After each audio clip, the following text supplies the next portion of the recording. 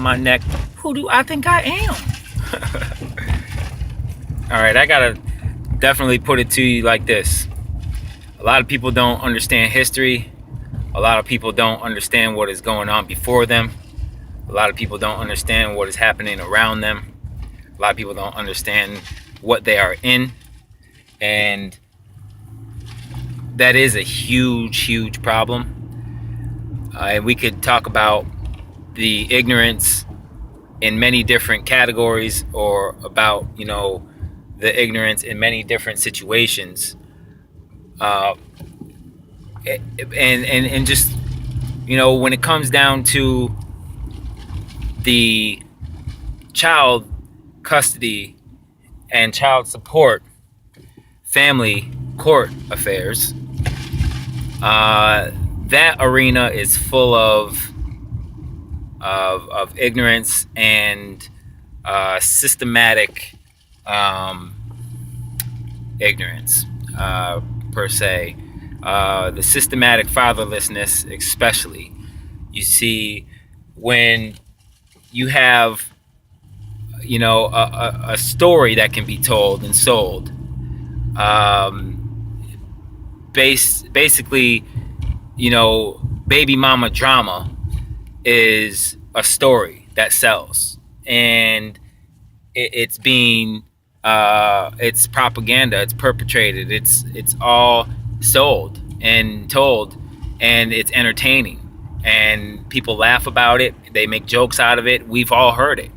And you hardly hear, the stories about the dad wilding out. And when you do hear about it, yeah, you probably hear some giggles and some laughs about it. But when people hear about the dad wilding out, people know that it's for real. They know that it's serious. When the mom wilds out, it's like, oh, she's wilding out because the dad is with another girl, or got another girl around the baby, or she wants to be with the dad still. But when the dad's wilding out, they typically know that, it's either because they got some dude around the baby, or the mom is keeping the baby from them. And but we don't look at that as a story that needs to be told and sold, and people need to be informed about. And that, for one, right there, is the first problem in Q. That's the sign of the ignorance, and that needs to be looked at more closely. I can't emphasize how much that needs to be emphasized and elaborated on. That's a huge problem right now, and it's been a huge problem long before I was born. And the fact that people don't know their history. You got Black moms, African American moms, keeping their kids away from their African American dad. Let's think about that for 1 second. I'm not even going to elaborate on it. Oh, that's probably a lie. I'm probably going to elaborate on it in a little bit, but we're going to just put that out there and let it sit for a minute, because that is happening.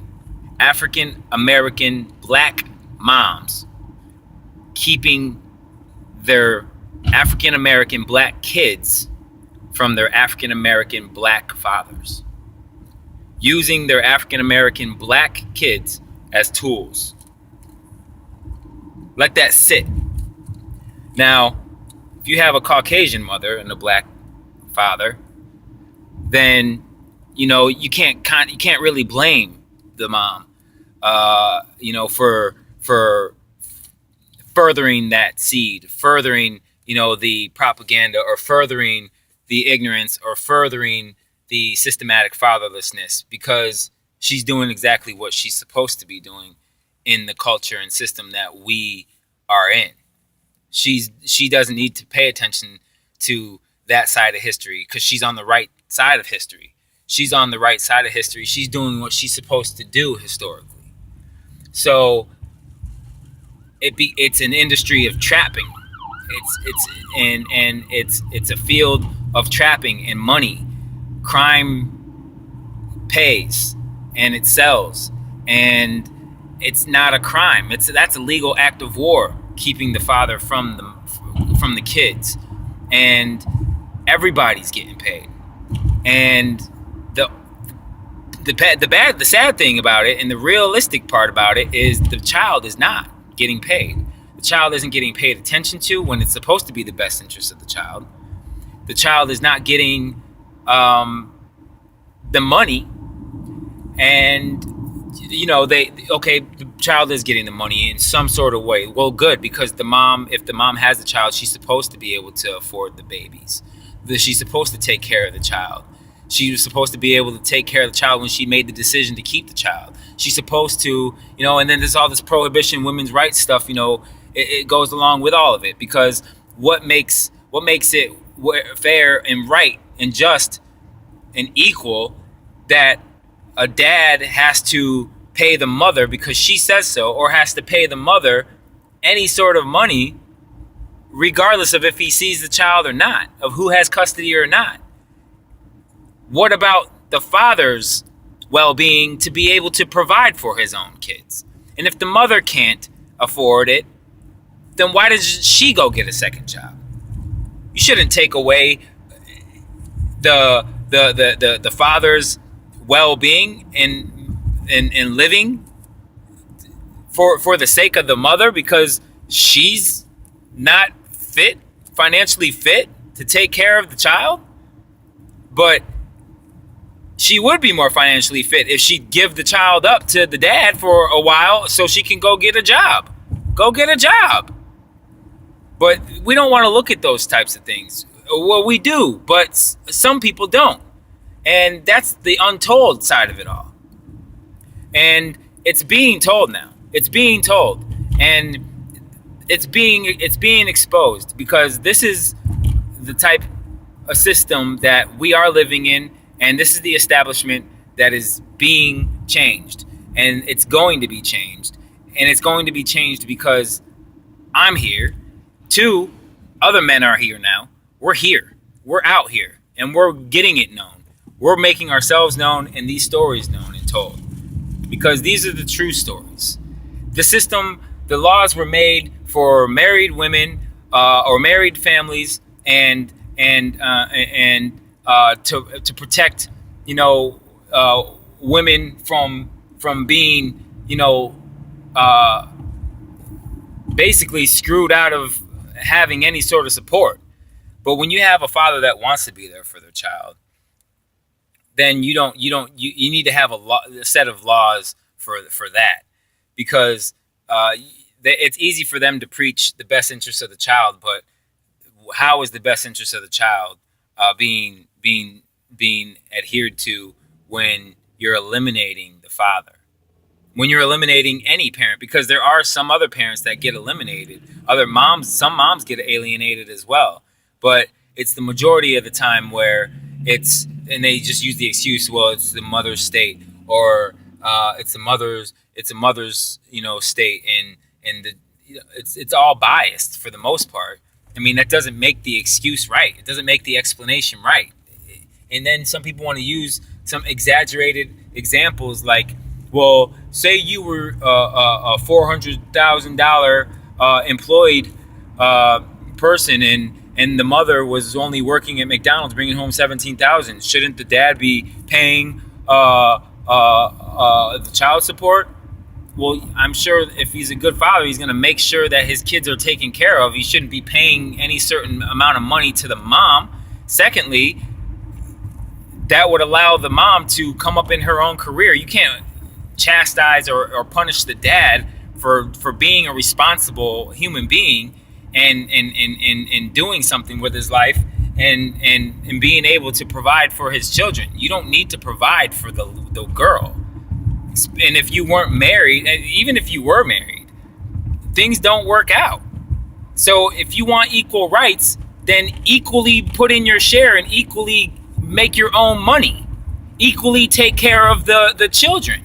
So you women that are out there all about your rights, good, you should be. You're right. You should be. But remember, it goes all the way around the board, not just for your convenience. When you take on your rights and your responsibilities, that means you take on your half, your share.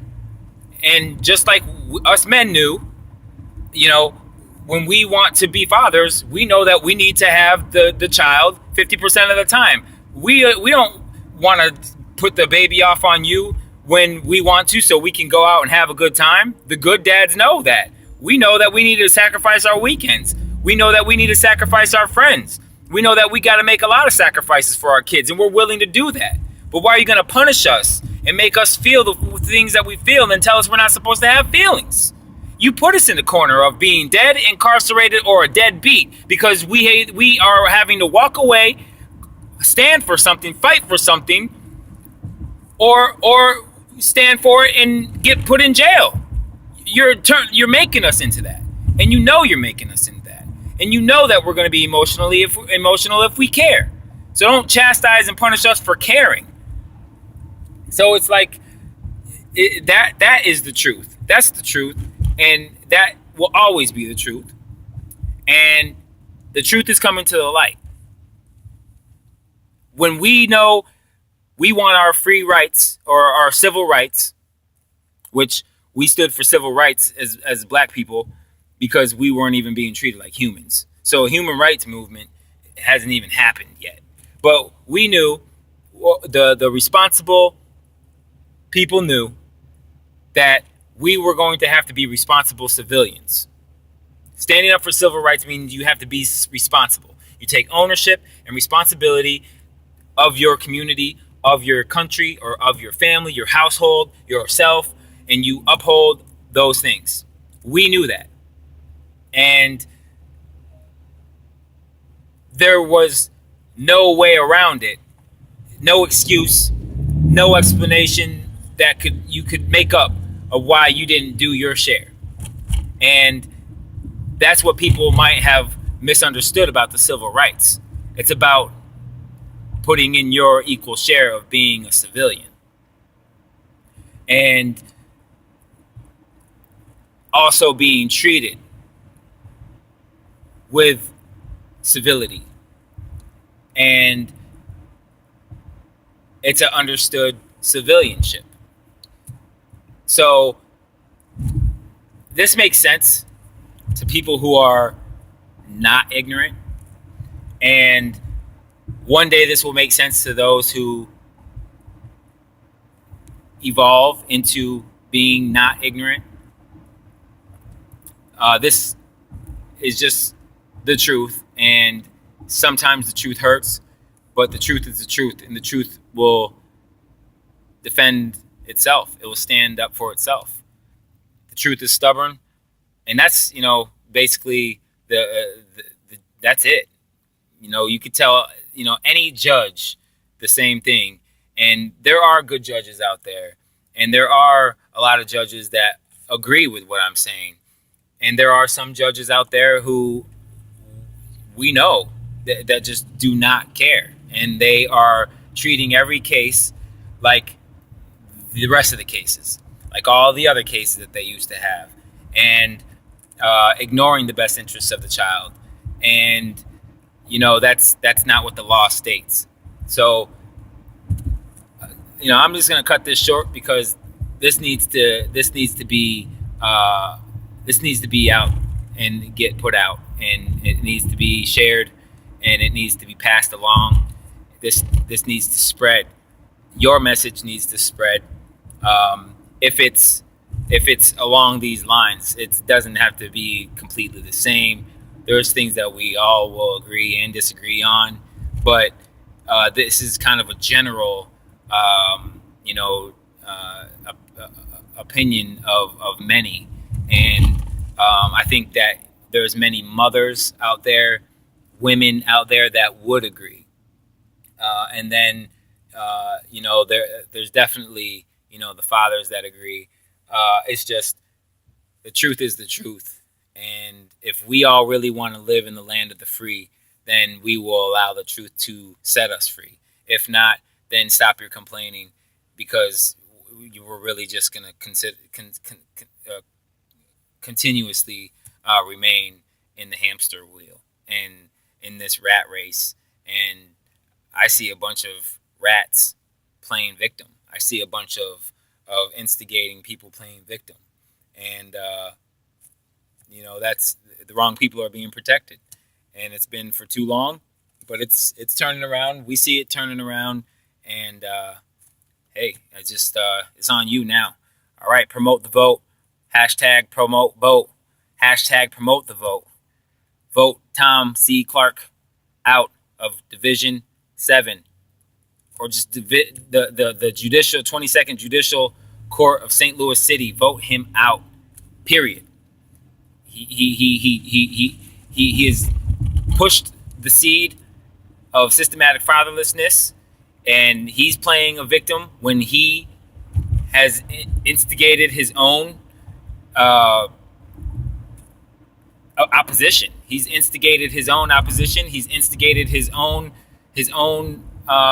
demise.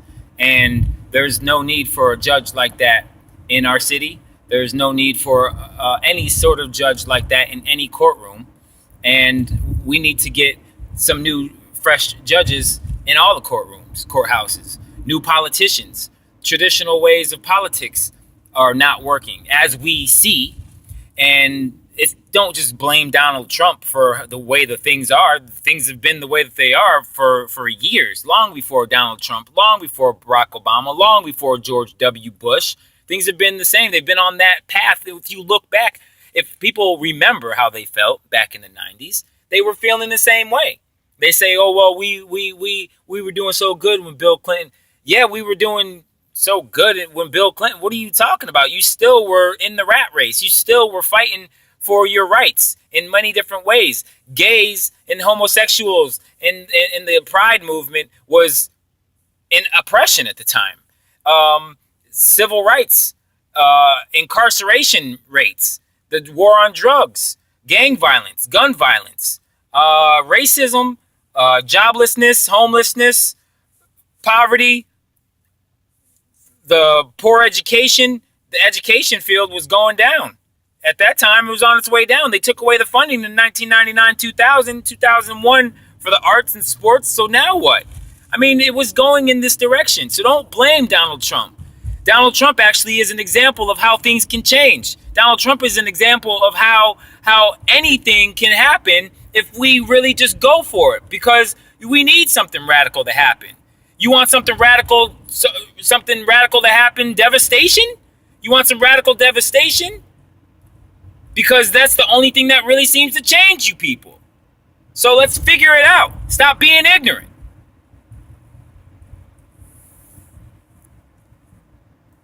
Seriously, I'm serious, man. I'm dead serious. Like, if you people really don't get a hold of this, you will get a hold of it when something alternatively radical happens. And then you can look back and be like, dang, he warned us. Dang, who else warned us? Let's look back and see who all warned us. Because people go to extremes because people ain't paying attention to the words. So I'm giving you the words. So hopefully you pay attention to the words, because if you don't pay attention to the words, somebody else is gonna freaking make you pay attention. And it seems like that's the only way that you all pay attention. It seems like that's the only time you all only pay attention to drama. It's unfortunate, but it's true. So good luck to you and yours. And if you're on any movement, standing for anything, keep on, keep doing the right thing. Because when you're doing the right thing, good things happen, and you know it. And you also know that there's some bad that's going to arise, because when you're on the right path, sometimes, the opposition is going to get in the way, or something's going to try to get in the way and try to slow you down and get you off track. But, don't even trip. That's when you know you're doing the right thing. You got to keep doing the right thing, and you know that you got support, because you're not alone. So just keep fighting that good old fight, because realistically, you're doing the right thing. So stay positive and use your words, use your brain, keep on, and Oh, I just want to keep going and going and going, but I'm not going. I'm not gonna right now. Peace out, y'all. Peace, peace.